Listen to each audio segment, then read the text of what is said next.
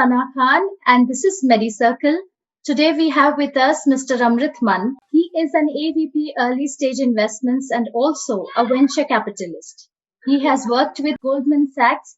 Inflection Point Ventures is an early stage sector agnostic angel investment platform which has invested in 40 plus startups since inception. Please welcome him to our rendezvous show. Hi Amrit, how are you? Hi, Sana. Thank you so much for having me. I'm doing well. Great. So to begin with, Amrit, tell us more about Inflection Point Ventures, that is IPV. Sure. So, Inflection Point Ventures, in short, IPV, is broadly an angel network platform, which was Mhm. started 2 years ago in 2018. And this is a spin off of another network which is called CXO Genie. And in a quick nutshell, CXO Genie is a broad professional network of all CXOs across the country, whether that is CEOs, CFOs, CMOs, etc. And this was started by a bunch of CFOs from different companies who went on to spin off that network into what's today known as Inflection Point Ventures. The three co-founders being Vinay Bansal, Mitesh Shah, and Ankur Mittal. And as I mentioned, Sixogeny was formed because of a need to have, a network of sorts to connect the various executives across the country, across sectors and stages. Um, and what came about was a natural extension of that network where there were, a lot of opportunities in the early stage, a lot of personal network, the founders, etc., who were unable to raise capital in order to, get the seed funding for their startups, etc. So, the three founders came together and decided, well, it's high time we, broaden the scope of the network and look at investing across sectors, predominantly early stage, and leveraging the network and enabling them to invest into startups at a very early stage. Um, and hence, Inflection Point Ventures was born. So, as of today, we have about 3,000 plus CXOs and members. We call them IPV members on the platform. We have invested in about 50 plus startups and amazingly done well. Um, we have about 7 exits so far, and couple of them, I guess 7 or 8 of them are in the advanced stages of discussions. So had a very phenomenal run in the last 2 years, and we continue to expand on that. So this year, next year looks exciting for us. Great. Where, according to you, are the top VCs investing in digital health in India? So interestingly, where I look at the overall healthcare ecosystem, I would probably expand on the question a bit. The top VCs are investing not just in digital healthcare solutions, but across the whole ecosystem, if I can be, quite elaborate. Various aspects of the healthcare system are broken. And I'm not talking just about point of care healthcare delivery, but also talking about the whole tech stack. Um, if I have to give an analogy to another sector, we are probably at that point in time when Aadhaar was launched, and where we were trying to create a sort of a ecosystem where we had a digital identity for every citizen in our country. Um, so with the national health stack that government quite recently launched, the plan is to take that stack to another level where we provide a similar kind of ecosystem for the healthcare, where we not just create a digital identity for a citizen, but also create a health identity. So this particular initiative, driven by iSpirit, along with a couple of well-known, well-funded startups and well-known VCs, basically is being done to create an ecosystem where I, as a patient or as a healthcare provider, will have access to every individual in the country who requires any form of a healthcare assistance, whether that is point of care, whether that is diagnostic services, whether that includes getting access to past data and past healthcare data, and also tracking that data over a period of time, which is not being done at scale today. So, speaking about this ecosystem, you can see a lot of opportunities emerging across sectors, which includes healthcare insurance providers. It includes point of care delivery service providers, um, electronic health record systems. You're talking about data aggregators, so the digital healthcare apps or devices, which basically track your vitals and provide sort of a predictive analytics on top of it, which comes more on the preventive healthcare. But as the ecosystem evolves, we will probably see more use cases coming out of it. However, what's really important to track before we see this ecosystem really coming to life is understanding and protecting user data. And that is something which is also under the works, where our government is working on creating a sort of a policy for privacy standards. And why that is important is, in addition to your financial data, your healthcare data is probably the second most important thing.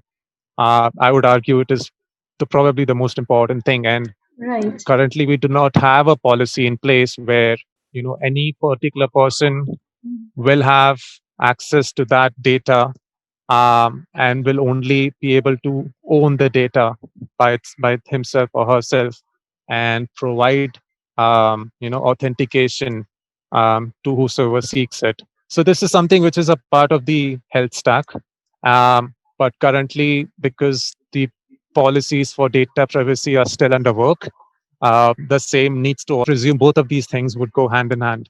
But I think this is a key roadblock to a widespread adoption of the standard.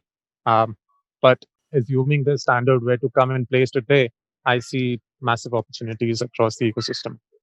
Amrit, can you elaborate on how VCs and investors are viewing opportunities in the healthcare ecosystem? Sure. So let me elaborate on each of the points that I was talking about earlier. Starting with, let's address the most important piece of the puzzle, which is the data, which is probably not being utilized to its fullest extent. I'll give an example of a, a very typical patient visiting a hospital for a particular disorder, and I'm talking about disorders which are chronic in nature, because I feel there is a lot of value that can be added here.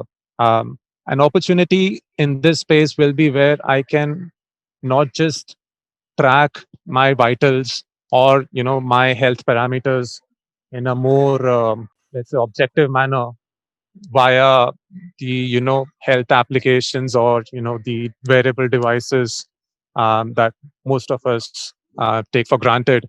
There's a lot of data that is being captured in these devices which isn't really put to use. If I say go for a run, I certainly know the number of calories I burnt or the steps I've taken.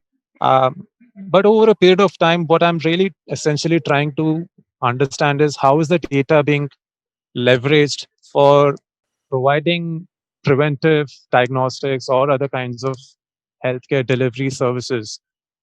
So, in a scenario where a particular patient visits an hospital, there isn't a lot of data that is at disposal to the doctor, where they can go through the past health records at one go, understand the recent let's say developments in the patient's lifestyle, etc.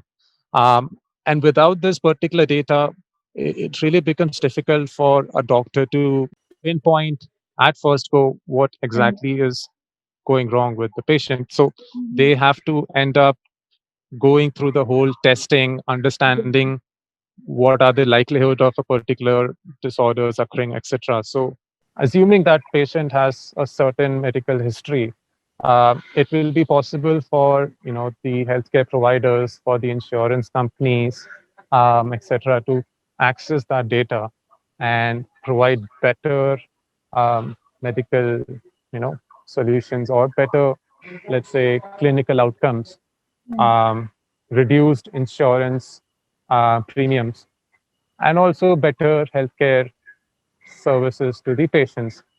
So the first part is where the whole ecosystem needs to be created, and this Right. is something which is being done in collaboration with iSpirit, which is a think tank, the same think tank that worked on Aadhaar, and there are a couple of very well-known VCs and let's say healthcare startups which are involved in this. But a key challenge to this is the whole data privacy. And the point I was making there is, you know, in addition to your financial data, healthcare data is the most important piece of data you will have. So before this is, kind of widespread, adopted in the ecosystem, one needs to have a strong policy for data privacy. And this is something, again, being worked upon by the government. But I think this is a key piece of the puzzle that needs to be solved before the health stack really becomes open for adoption. The second part of the 3 points that I was talking about Mhm. is there is a massive opportunity in the clinical adherence space. And what I mean by that is when a particular patient is diagnosed with a certain disorder, um, which is, say, long term in nature, it's really important to track whether the particular patient is really adhering to the medication that is being provided by doctor. And why is that important is obviously uh, for the better outcome of the patient, but at the same time it also reduces the burden on hospitals, reduces the expenses that goes towards insurance, um, makes it more easy for pharmaceutical companies to understand which drugs are more effective versus others. So there aren't many companies that I know who are solving this problem at scale, which is addressing the clinical adherence problem. And this is a massive problem, not just in India but across the globe, where almost, I know one stat where almost 40% of patients who have hypertension do not adhere to their medications, which obviously doesn't help them. At the same time, increases the cost burden because they need to revisit doctors, hospitals, etc. So I see a very massive opportunity in the clinical adherence space.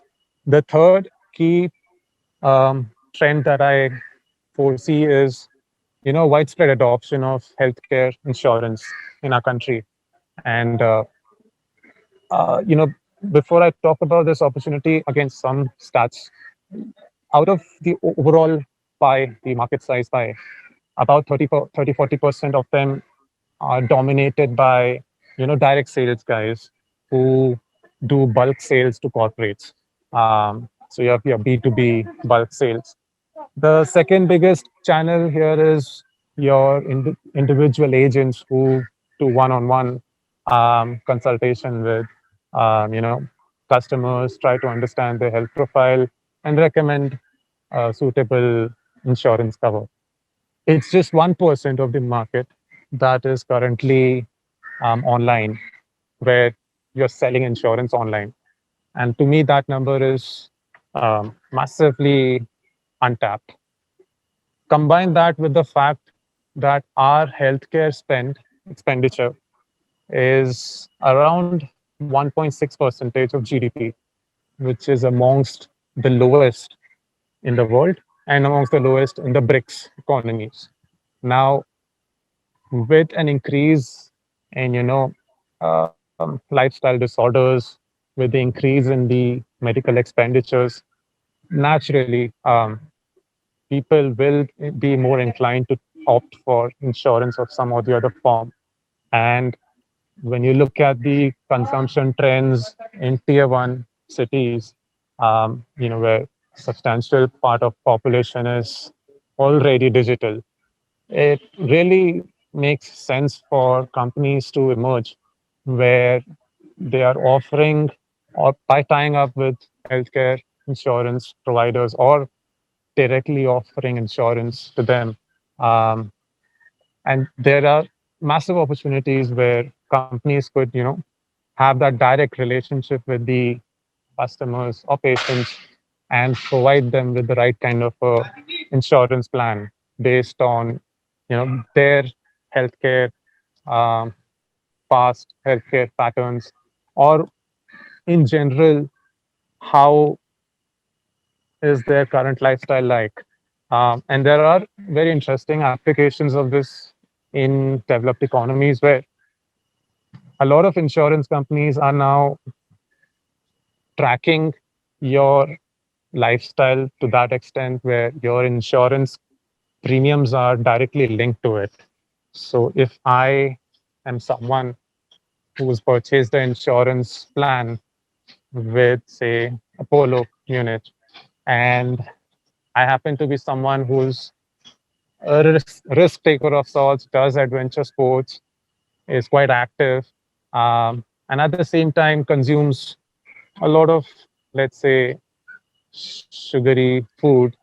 That is something which is being tracked by the insurance companies where they adjust the premiums in certain way based on my lifestyle and preferences, so that the burden falls less on the insurance companies in a scenario where I may have to be hospitalized. So that is the level of data, insights that insurance companies tend to have, and we are far away from that. I see a massive opportunity there, where companies can, come up with the right kind of products for variety of customers. It's a big market where multiple players can coexist, offer different products to different kind of customers, and leverage that data in a very powerful way, which can then be, effectively utilized by pharmaceutical companies, by insurance companies, etc. Okay, what metrics are you tracking when considering an investment? Right. So I'm presuming your question is investing into a particular startup, not into healthcare, or do you need metrics specifically for healthcare? Right. Yes, it's about tracking when considering an investment in healthcare. In a healthcare startup, okay. Yeah. So, couple of things that really matter. When I talk about these different opportunities, Mhm. obviously they are very different kind of sectors within healthcare and very different kind of customers or patients that we need to track. So if I talk Mhm. about a digital healthcare startup, which is, say, making wearable devices and tracking my fitness activities, um, I will be tracking a lot of a lot of my time will be in tracking the total number of users that are registered on the app. What are the percentage of users um, who have actually signed up as a paid user versus a free user? I would probably look at the engagement metrics. What I mean by engagement metrics is how often do I use the app in a given period of time. So, am I coming back to the app after a day, after a week, after a month? What percentage of users do that? Those are retention rates. Then you have to understand how much time are they spending on the app, what are the different things that they are looking at, what are the things that they are doing on the app, whether that is entering data or whether they are looking at any kind of article, consuming content in some other way. So examples could be, say, if I am talking about Healthify Me, I'm sure you must have seen the app. Yes, yes. It's a very comprehensive app for tracking your diet, for tracking your physical activities. So the way I would look at that is what are the total number of users who have registered, how many are paid users who have taken up premium services, how much time are they spending, what are the different things they are entering into the app. So these are customer related metrics. There are similar metrics which exist um, on the other side. So if I'm someone, say if I'm looking at CureFit, I will also look at what are the different kinds of sessions that are being, you know, registered for. By sessions, I mean the class sessions or the gym sessions. Which particular areas are really important? Where do I see a lot of user engagement happening? Say if it is, I'm a resident of Mumbai, so if I am seeing a lot of engagement happening in South Mumbai versus the west of Mumbai, that that is telling me some story. Um, Beyond this, we look at a lot of other things. I won't call them metrics, but they are pretty important. We look at the market size. We obviously have a bit of understanding of the market size, but when we talk about market size, there are different kinds of markets here. One is a tier one urban population, which is a different market, versus tier two, tier three cities, which is more of the Bharat user population.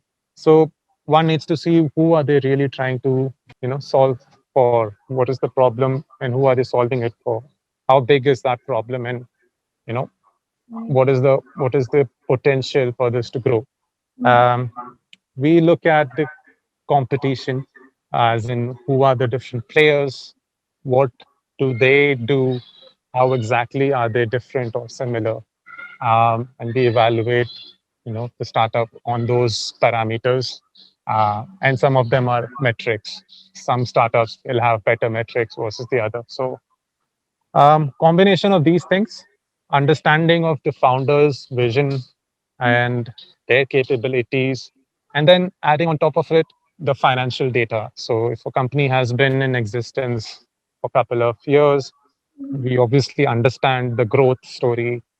How have they done so far in terms of revenue traction? What kind of margins do they generate? um, how much are they spending on marketing? So a very important metric is the customer acquisition cost, which is the amount you're spending to acquire one customer. Now, why is that important? Is because i I would obviously um, want to acquire a customer who at the end of the day also makes a purchase on the app and makes a repeat purchase over time, in order to you know recover my initial investment. So customer acquisition cost is often looked at um, in comparison to what is the lifetime value of a customer. And typically, the lifetime value to CAC ratio is evaluated, and a good number is 3 to 4 times. Um, just a couple of metrics I'm throwing again. In addition to this, one also has to have a very deep understanding of the investors who are currently on the capital. And sometimes this is overlooked, but it's an important aspect of the investment process, because at the end of the day, we are one of the shareholders in a company, but there are other stakeholders who are also influential and have a certain vision for the business. So it's really important to be aligned to the founder's vision and to the vision that is shared by the overall investor base, because sometimes it might lead to conflicts down the line, and this is something you want to avoid in the beginning. So combination of these factors, and I've probably simplified it to a very large extent. There's a lot of due diligence that happens between the startup reaching out to us and we writing a term sheet, um, and also couple of other additional checks that we do on the legal side, etc., which happens after the term sheet. So I guess to answer your question, these are some of the aspects which are necessary to look at. before we decide to go a bit deeper into the business. Right. Thank you so much, Amrit, for coming here and sharing your valuable time and insights with us. It has been a pleasure having you here with us. Thank you, Sana. Hopefully, I was of help, and looking forward to staying in touch. Thank you so much for your Thank you time. so much. Have a good day. Thank you.